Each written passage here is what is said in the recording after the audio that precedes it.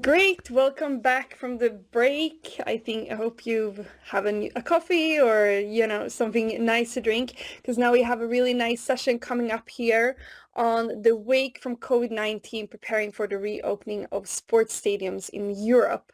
And with us now we have Peter, our sports lead at Data Talks, and we have Joeri Verbossen, the marketing intelligence coordinator at PSV in the Netherlands. So this will be a discussion happening, and welcome guys, and I'll leave the stage to you. Hello and welcome. I hope you hear us well, hope you see us well. Nice meeting you again, Joeri. How are you today? I'm fine, thank you. Great to be here, good. so looking forward to the discussion. Exactly, we always have great discussions around fan data. So tell us, how is the situation at PSV right now? How has the last year been for you?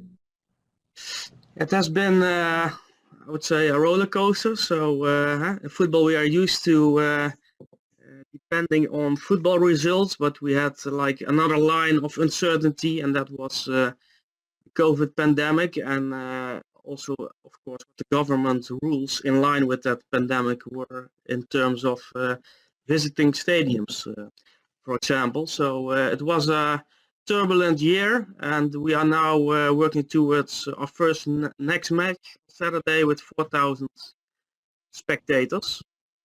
So a new chapter. So the reopening has started. Yes, yes. Okay, so that is actually good, because that means that you are a little bit ahead compared to most of the European sports scene when it comes to reopening. So how does the work in marketing look like now with reopening?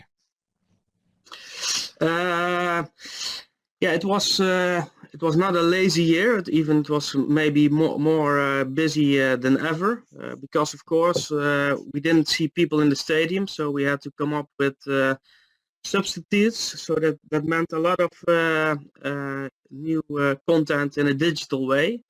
So for the marketing department, I think it was a busy year, creating more content, and on the sideline also thinking about what kind of ticketing possibilities do we sell to our supporters with the uncertainty on the background. So it was not busy in the stadiums, but very busy at the marketing department. Yes. Did you introduce any kind of innovations, any kind of new solutions, any kind of fancy digital tools lately?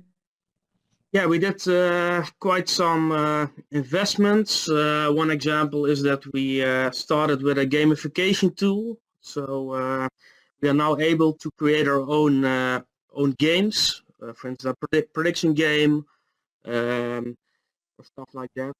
And that was very valuable to create new content for PSV to their fans, but also to give a kind of a platform to our sponsors. Of course, they are missing a lot of visibility as well. We promised them a lot of things that they don't get. We were now able, for instance, to give Puma the possibility to adapt a monthly goal of the month game, so that they at least have digital visibility, so that we at least can fill in their sponsorship in another way, but in also a good way. So I think that's an example of doing innovations and investments also in times like these. Another thing, kind of big product we did is we started with 3D AR. That was kind of a pilot, but in that way you are able to create a 3D video, and we gave the supporters the possibility to place Daniel Malen, one of our stars, in their living room with the mobile app. So that was the closest that they could get to a player in COVID times. So also that's, I think, an example of how you should use these times to innovate and make better content, at least. And in your opinion, what was more important with these innovations? Was it that you were afraid that with the lacking match day experiences, the engagement will be reduced and then supporters will fade away? Or was it more that you needed to find more and new revenue streams? What was the key focus?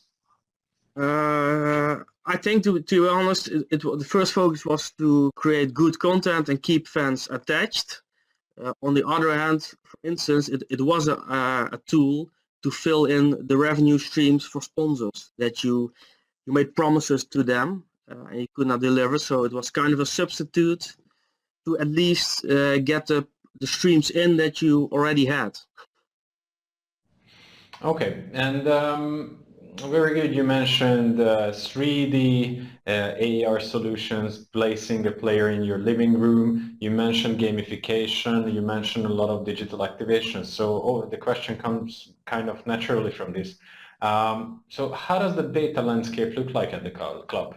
I guess there are many listeners who are not so familiar with the setup that you're working with. So how do you work with data? Yeah, we a bit technical, but we have mainly two data streams that we capture of our fans. So we have a data warehouse with more the hard data with transactional data and CRM data, and we have more or less a CDP besides it that captures all the digital behavior of our fans. So, for instance, the web and app behavior. And we are able to combine that, and I think that makes it very strong. So, for instance, we can see a person who has shown interest on the website in the kids club, as an example, and we can use that information in our email tool to target them with an email, or vice versa. We can show on our website a dedicated kids banner to people who we know that opened a kids email. So. I think in basis that's more or less what we are able to do now, and I think that's quite a good level. So we are able to connect those both worlds, as we call it, and interact in that way with our fans. Okay, so of course we have been discussing in the previous sessions that supporters interact on a pretty high level of and pretty high number of touch points with their clubs. So what are the touch points that you're actually capturing at PSV? Yeah, quite a lot. So website and website are more websites because we have a ticket shop and a web shop for merchandise and a general PSV website. Then we have two apps. So we have the general PSV app, but we also have a dedicated FC PSV app for the date range up till of the age range up till 15. And of course, yeah, we track all the commercial touch points, the transactional touch points, but also campaign touch points. Do they open certain emails? Do they follow us on socials? So there are already quite a lot touch points that we capture and are more or less able to combine at the moment. Yeah. All right, and how do you see the organization around this? So a lot of things that you mentioned sound a bit closer to the B2C focus of the business, but do you see that the internal departments on the B2B side, maybe in finance, in the other areas, are they all involved in the data strategy, or is it more within the marketing team? Yeah, I have to say, I think it started within the marketing team. What we do see is a more and more better collaboration with B2B, as you mentioned, because what we see is that the shift in B sponsorship from visibility to engagement and really conversion. So we see more and more sponsorships that are not only based on visibilities and drinking beers in stadium, but based on a number of leads, or at least a number of visitors to their page.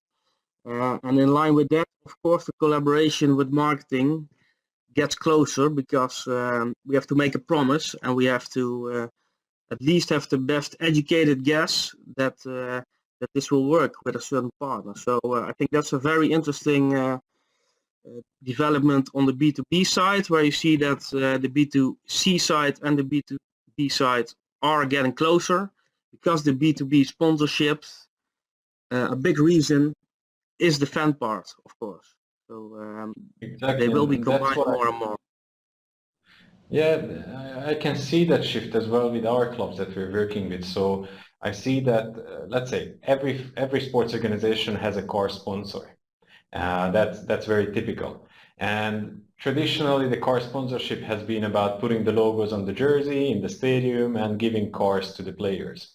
But more and more now I see, and I've seen these campaigns that we have been involved in these, that, for example, the car company not only want to appear on the jersey, but they also want to convert the supporters for test drives. And the more they know about the supporters, okay, is this person coming to the stadium by a car? Do we know how old that car is? Do we know what their favorite brand for that car is for the supporters? The more we can identify, okay, so for this car sponsor, let's say it's a middle range car, middle range price-wise car, what is the fitting audience? And if we have that, then we know, okay, if the conversion that we want to achieve is test drives, where are the saloons where people actually can go to get a car and test it? Because there's no point of targeting with the campaign someone living 200 kilometers away from the car. So it's very much, as I see, connected also to understanding or like gaining the insights from the database and then using that to come up with the campaign idea and to enrich the existing sponsorships with more activations. Yeah, indeed, and I think also then the marketing challenge is to give such a campaign a certain package that it's really also an interesting campaign for football fans. So for instance, what we did a couple of years ago when we played Inter Milan, you could win a 3-day trip with a car of the sponsor, of course, to Inter Milan with some stops at PSV players. But of course, in that campaign, we wanted some extra information of you about your car situation actually. And then I think that's the way to go, not send an offer from a car provider to every fan, but do an interesting football campaign. In that campaign, gather some extra information and then come with an interesting offer to the fans, which are more likely to be interested in that. So I think very interesting development. Exactly, and then that's again the combination of the commercialization strategy, the commercial strategy being based on data. Of course, first you needed to start building the databases, and you are quite advanced in this. You are quite advanced in this. As you described, you have a pretty wide range of data sources that you take in. You just introduce gamification, which will enrich the existing database even further. You will know more about the supporters. So yeah, you more or less have passed at least the initial phases of data collection. So it's probably more about the analysis and coming up with campaign ideas. And of course, I assume there are analysts for you in the organization and there are the campaign specialists. So how does it look like from a team perspective working with data? Yeah, that's a good question. We made a shift in the marketing team 2 years ago. We have quite a big marketing team of around 25 to 30 people. What we saw in marketing is that there's more and more specialisms. As you mentioned, an analyst is a different type of marketeer than a creative marketeer. So we divided our departments into 6 clusters. And one of them is marketing intelligence, which I am the front worker of with 3 other people. So we are more or less responsible for the data, the marketing technology to use that data and to gather the insights from the data we have, or if we don't have the data, start gathering the data. So yeah, we saw that many specialisms rising in a marketing department that we chose to split them up. And then at every campaign, for instance, one team member of each cluster is in a project team to get the maximum out of a campaign. And how was it in the beginning? Because with the clubs that we work with, and let's say the clubs that are more or less at the stage of getting started with the data project, normally it's the case that they don't hire one person for this in the beginning. It's just an additional function for someone already working in marketing. And then let's say within 6 or 12 months when the project is up and running and it has shown the first results, that's when they have the first data specialist. And then that person will be in charge of all these collect, analyze, and act parts. And then later in the project, that's where they start going into the analysis part. That's where they start going into content specialists and so on. How was this journey for you? Yeah, it's more or less like you mentioned. So it's built on use cases, and you believe in something. Then we have to prove it with one case that builds confidence that you can do another trial, and then at a certain point you have a good story, and you go to the manager or even to the board of directors, and you have a story to hire someone new because you can show with tangible results, for instance, that personalized campaigns work. But you need more people for that because the technique should be in place. But also very important, what we saw is that personalization also brings more content, because I want to show you something else than your father, for instance, or another fan. So it's like a snowball. You have to show that it works, and then you have a story to claim more resources and budget. Not the other way around. Okay, so for you as well, it was more or less a bottom-up approach. So the let's work with data started from inside the organization, and then you needed to converge the high stakeholders. And it wasn't the other way around, so that the president comes with the idea, let's work with data. Yes, I think this was the case, but of course also managers and directors see a lot of data trends coming up, so I think that helps the story, but that's not enough. So it certainly came from within the organization. Yes. All right, good. But then let's come back to reopening, because I think that's very interesting. Now you will be able to host 4,000 people. How do you select the 4,000? Who are these 4,000 that will come back first? Yeah, we do it on so you have to show interest that at least you want to come. And a lot of people want to come, and then we do, it's more or less a fair lottery. So what we did, the ticket shop was open for half an hour to show your interest. So between 8:30 and 9 you had to say, I want to go to the next match. Then at 9 o'clock we closed the signing up. So let's say 12,000 people signed up, and then we did a random draw to 4,000 of the 12,000 who can enter the stadium, because we said at the beginning when we sold, we had 3 types of card, but we said it doesn't matter which kind of support you show, it doesn't have influence on the chance of visiting the next match, because we said the money someone spends should not be the decider on the money someone spends is not a translation of fanship. So we said we want to do it on a fair base. A fan is a fan, not looking whether he spends 800 euros on a season card or 200 euros. So we did it in this way. Yeah. Okay, and then now it's 4,000. It might be a little bit early, but have you analyzed already who the people are who wanted to go to the first game? Do you see a difference between the profiles, the personas behind these 12,000 people compared to the normal audience that you attract? Yeah, we mainly see an age difference, which is not surprising afterwards, of course, but we see a lot of elderly people, let's say 55 plus, who are saying, I will leave this one, I will pass this one, I will wait for normal times, and I will let the youngsters take this match. And we also see this pattern. We did research about how people are looking towards next year. Are you going to extend your season card? And also there we see the same pattern, that above 55, around 20% is still in doubt about whether they're going to extend their season card. So what do you think? So what do you think the next couple of months and let's say the next year will look like? Do you see some major shifts? What do you think the major challenges will be? Well, I think this was also a wake-up call for a lot of companies.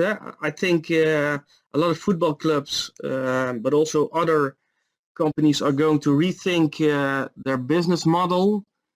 I think the value of digital channels has become more clear, and the necessity to have your data in order to serve people on those channels. And I think that also a lot of clubs will going to rethink their traditional season card product. Exactly. I have this theory as well that sure, when stadiums can reopen, well, there will be like an adrenaline bomb among supporters that yes, finally we can go to the stadium. But I also feel that that might not last, because in this 1-2 years which we have been in lockdown, I mean, we all have developed new hobbies. We started doing some other stuff. I don't know, watch TV, we play video games, we do other things. We started playing the guitar. So I think it will be a big question how much time we will be ready to devote to the club in the new reality. Will it be the same? Will we really spend every second weekend in the stadium, or will we do some other stuff? What do you think about this? Yeah, indeed. I think we maybe again have to prove ourselves that spending your Sunday or Saturday on football is worth the time, and it's even better than doing other things, because indeed people maybe have been in touch with other ways of spending their time, so we have to prove ourselves. But I think that maybe in line with that new reality, also the traditional season card is maybe a bit too old-fashioned, or at least maybe you have to have a product besides it. Because do people still want to pay a certain amount up front to put in 20 agenda days already that they have to go to PSV? Or are there also a lot of people who, I don't know, maybe want a flexible card? I want to spend money for 5 tickets and I want to choose which game I'm going to. Would you say all? So sorry, I think we just have a little bit of a internet lag here. But would you say that maybe a subscription model could be interesting for season tickets as well, just like we do with any kind of streaming services?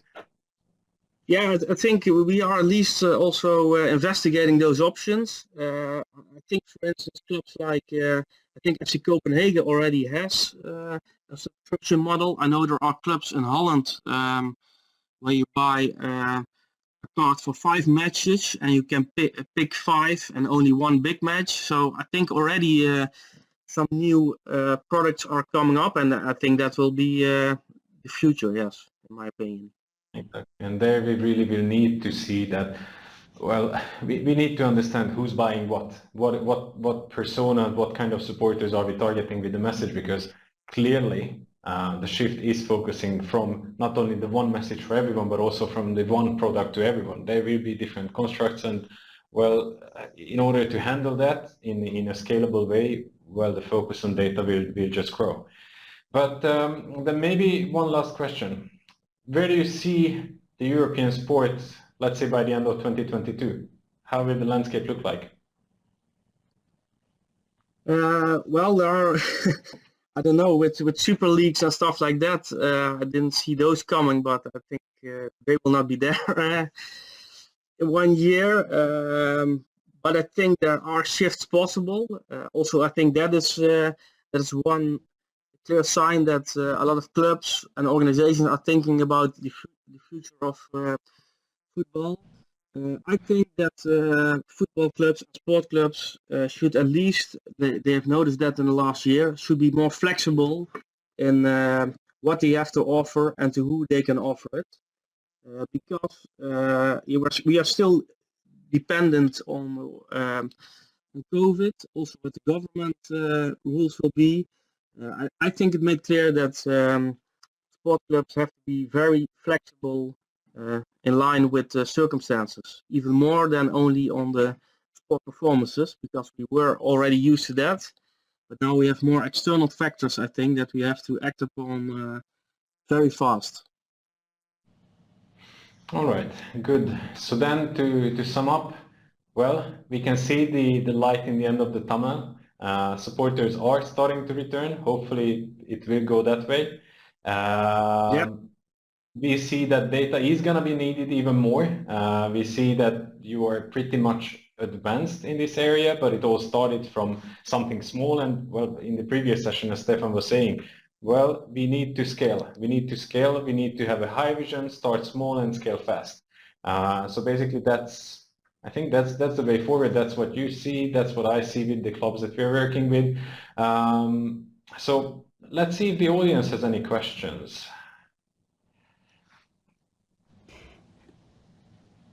Yes. Hello. Thanks for that discussion. We received a question here for Joeri. So Yeah. has the pandemic changed the interest in data? Yeah, I think we touched that point. I think it made clear that you need data, because if you don't see the people in the stadium, then it becomes very clear of how well you know them digitally.